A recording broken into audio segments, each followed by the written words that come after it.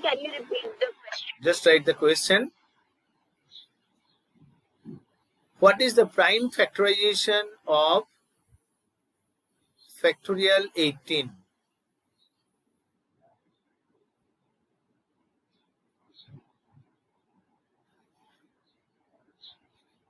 Prime factorization of this thing is required. How will you find? You'll say that factorial 18 means I know it is 1, 2, 3, this way up to 18. Okay? But then 12 is there, 18 itself is there, 10 is there, 8 is there. 2 how many times you are, how will you count? This is the problem here. 3 how many times? 5 how many times? All these we are going to find. First I'll tell you a simplified formula for it. Then we'll prove the formula also. Proving the formula will be very interesting. But before proving, we'll learn the application. The topic name I am telling you here, this is exponent of, because if you want to know how many times 2 is occurring, 3 is occurring, 5 is occurring, those are prime factors, no? You'll say that by fundamental theorem I can say it is n is equal to 2 to the power alpha 1, 3 to the power alpha 2, and this way 17 to the power, say, alpha n, because 17 is the last prime number before reaching 18. But 17 you can say it will occur once only. 2, 3, 4, 2, 3, 5, 7, how many times they are occurring? That is a problem here. And the problem cannot be for factorial 18 only, it may be factorial 88 also. Then what will you do? Will you go for counting separately? Here if you try for 10, 20 minutes or half an hour, you will get. But what I am going to tell you, the thing is, the thing must be derived. A general formulation must be there. So my point is here, how to find the exponent of the prime p in factorial n. This symbol we will be using. This I am writing exponent of prime p in factorial n. Okay? Exponent of prime p in factorial n. Like in factorial 18, 2 is going to occur how many times? 3 is going to occur how many times? The formulation will be like this. EPN, this symbol is being used by authors. So I am also using. I am not doing anything new here. Okay? So this will be modulo n by p plus modulo n by p square plus modulo n by p to the power s, where n will be greater than equal to p to the power s, less than p to the power s plus 1. Otherwise you could have continued once more, no? Just it's a very good formula. That's why I want to share with you the formula first. Suppose I want to find how many times, if a question arises, how many times 2 occurs in factorial 50. How will you find? Or 3 occurs in factorial 50. So let us find how many times 3 will be occurring in factorial 50. Factorial 50, 3 occurs many times. So you will say that the answer is, now I know the formula, 50 by 3 modulo plus 50 by 3 square modulo 50 by 3 cube modulo. I did not consider more than that because 3 cube is 27. 3 to the power 4 is 81. 50 is smaller than 81. So I did not continue. These modulo factors I will find now. What is the value of modulo 50 by 3? It is 16.67 modulo. All of you know how to find. This we have done in normal maths class only. 50 by 9 modulo. Oh, modulo function you haven't done in normal class, maths class. The function it is there. Okay, I explain. I'll explain. You might have forgot. Okay. Leave it. If this modulo you are taking, modulo x is equal to, this is known as greatest integer function, GIF. This you can have a short note on it. Greatest integer function. Greatest integer function means this will give you the value of the integer which will not exceed this. Modulo x will give you the greatest integer which is not exceeding it. If we write modulo 6.3, the result will be 6. If we write modulo root 5, the result will be what? This will be 2 only, because it is modulo 2.26, something like that, 2.24, so it will be 2 only. If you are writing modulo minus 3.1, the result will be minus 4. If you are writing modulo minus root 3, this result will be minus 2. Why? Because if you say minus 1, it will exceed that. No? If you say minus 3 here, it is greater than minus 3.1. It can't be. That's why I wrote here GIF, greatest integer function. This will give us the greatest integer which is not exceeding x. So when you are writing modulo 16.67, the result is 16. Here the result is 5. And here it is 1. That is 22. So 3 occurring in factorial 50, 22 times. How many times 2 is occurring? You can finish it before I do. Just you can start. I'm doing it slowly. You find the exponent of the prime number 2 in factorial 50. This is going to be 50 by 2. You can dictate the answer also if you have got already. Plus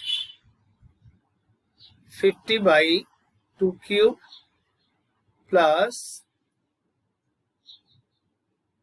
50 by 2 to the power 4 plus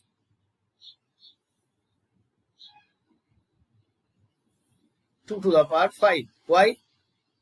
Because when you consider 2 to the power 5 here, it is 32. 2 to the power 6 means 64. It will exceed. So I need not consider it. So 50 by 2 will be 25. This is going to be 50 by 8, 50 by 4. 12.50. 50 by 8 you can find easily. 50 by 16. Then you find exponent of prime 5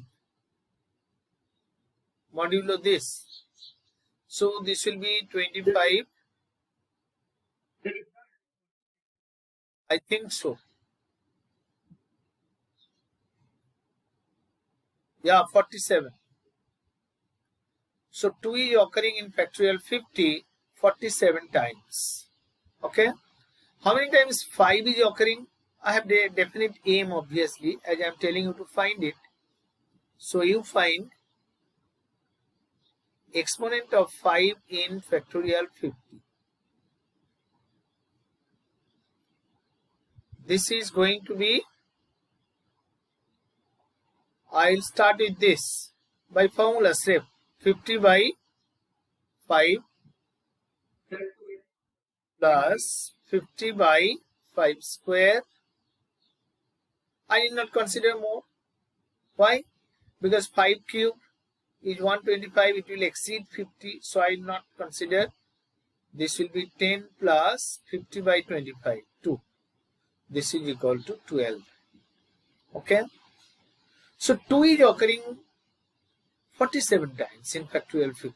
5 is occurring 12 times in factorial 50. Now I have a question for you, right? Just write the question. How many zeros are there in factorial 50? Find the number of zeros in factorial 50. Because when you write factorial 50, It is product of. Why? Who said that? Who said that?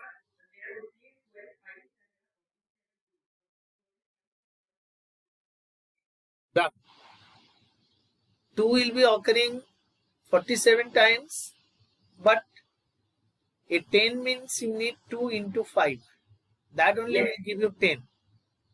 So here, in factorial 55 is occurring only 12 times. So out of 47 times, all 2's are not in use to get zeros. I'll be taking those 12 5's from factorial 10, factorial 50, and these 12 2's from factorial 50. When they are multiplied together, every time I am getting a 0. Okay? 1 5 out of these 12 and 1 2 taken from here will give you a 10. I mean a 0 you'll get. Another 2 from here, another 5 from here and 2 from here. It will give you another 10, another 0. This way you can take 5 12 times. And here this one also you can take maximum 12 times. So 12 times 2 and 12 times 5. So 10 will be occurring 12 times. So in factorial 50, number of zeros will be 10. Now let us go for that very first prime factorization of, or you take this one as homework as you like. Prime factorization of factorial 20. Let us find. You start this manner.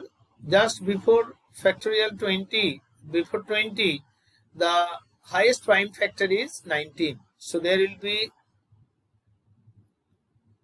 3 to the power alpha 2, 4 to the power, wrong. 4 cannot be a prime number. 5 to the power alpha 3, 7 to the power alpha 4, 11 to the power alpha 5, 13 alpha 6, 17 alpha 7, and 19 alpha 8. 19 will be occurring once only. So without doing any calculation, one can say that this will be 1. Alpha 7 is also 1. Alpha 6 is also 1. Because they cannot occur twice. No? 11 into 11 you will never get there. But 7 will be occurring how many times? You will find the exponent of this prime in factorial 20. So this will give us 20 by 7. Oh, we did not consider. This is going to be how many times? 2 times only. Yeah. And 5 how many times?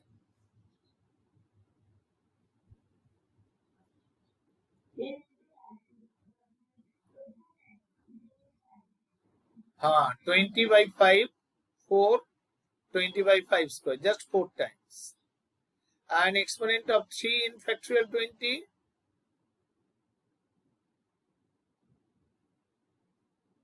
20 by 3, that is 6.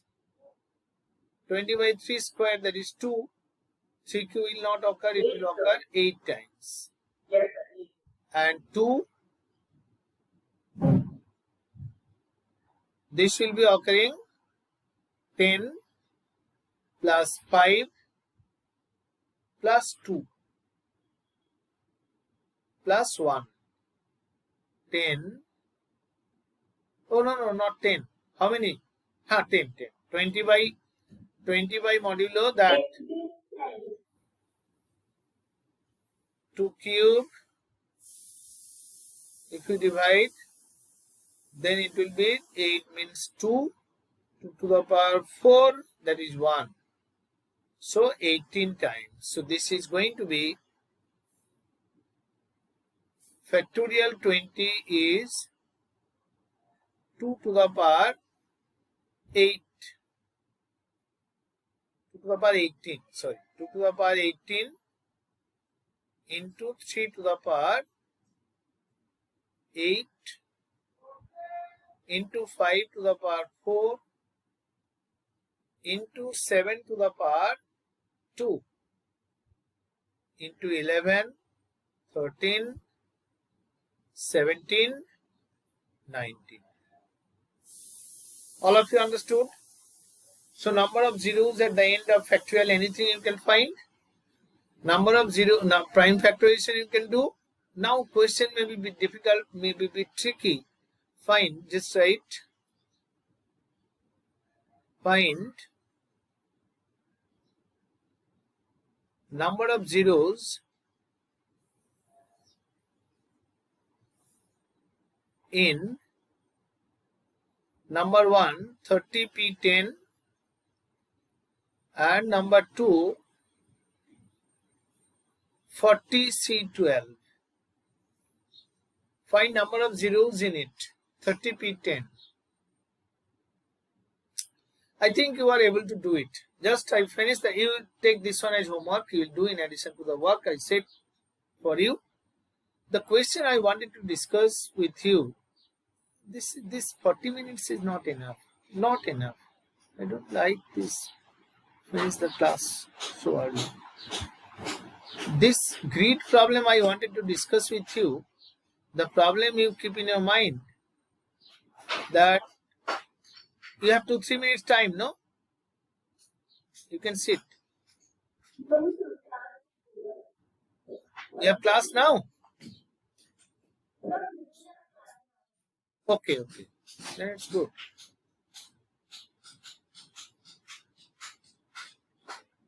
So there is a grid of sides, say n into m or m into n, whatever. Okay? In this grid, an ant is supposed to move this manner, either this way or this way. It can go this way also, then this way. It can go more, then this way.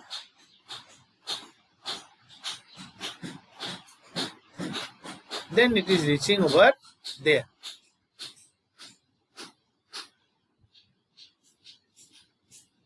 Now the question is, how many ways the ant can reach from 0, 0 to n, n?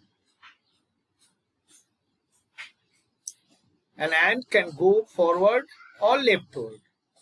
How many ways it can reach from the vertex A to B? It is supposed to go forward or leftward. It cannot go any other means. If you say that it will go this way, then it will come back here. Then it will go back there. Then it will, no. It's supposed to go forward or leftward. How many it can reach from A to B? This is the question. So, yes. Huh? What type of? Yeah, it's a grid of size, say m into n. Okay, then it will be mn. It may be n into n also. What I am going to tell you, just to reach from this point to this point, horizontally how many lines it has to go. You decide with a 4 into 3 grid.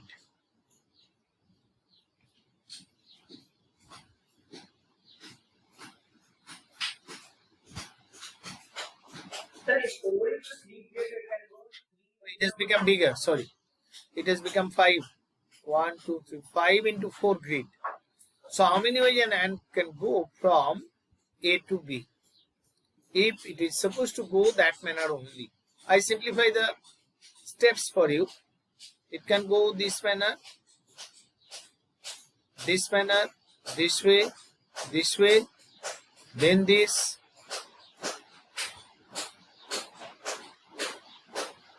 can follow this path. Now it has another option also. I am telling you. Whatever may be the options over there. Yes.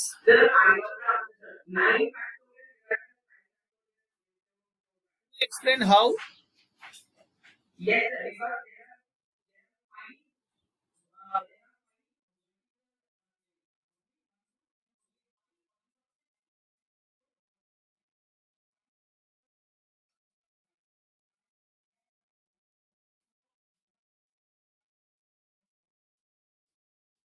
So it is what you are saying, that it is the number of steps. No, not vertical line doesn't matter here. See how many ways he can step. He can go one step straight, no? This to this, this to this, this to this, or this to this, or this to this, like that. It cannot stop in between. It cannot stop here. So number of lines here, it is better, instead of considering number of lines, you consider number of horizontal steps. Maximum it can take from it. Number of horizontal steps, how many?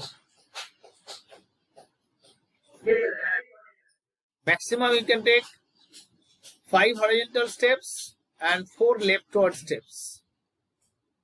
Isn't it? So it is whatever number of ways it's going by following this rule.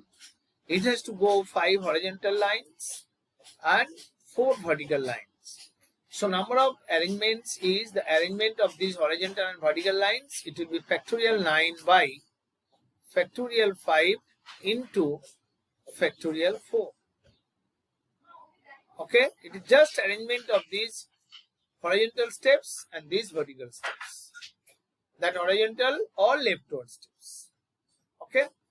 Now a question, I am finishing this class by asking you another question. Just write, how many ways the ant can go from the point, question number 1, in a 8 into 9 grid.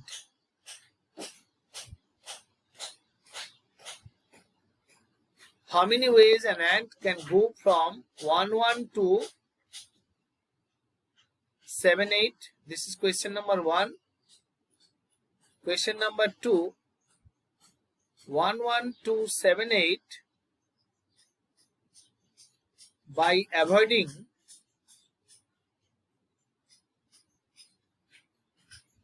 the vertex